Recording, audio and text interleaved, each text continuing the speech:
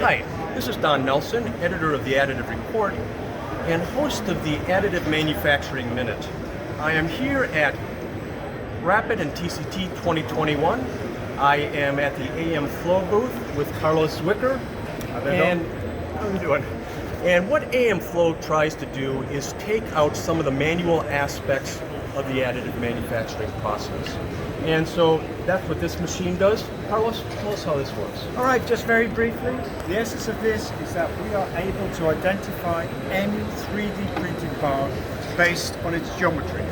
And because you can identify the part, you can process it and track and trace that part through the whole manufacturing process of additive manufacturing. Effectively, we've automated the AM production. Very good. Well, let's take a look at how it works. So what's happening is that you place a part on the conveyor belt, so that could be automated with a robot. It identifies the part in 0.2 seconds, and then following the identification, behind this machine is a sorting solution, and it then sorts into the respective bin.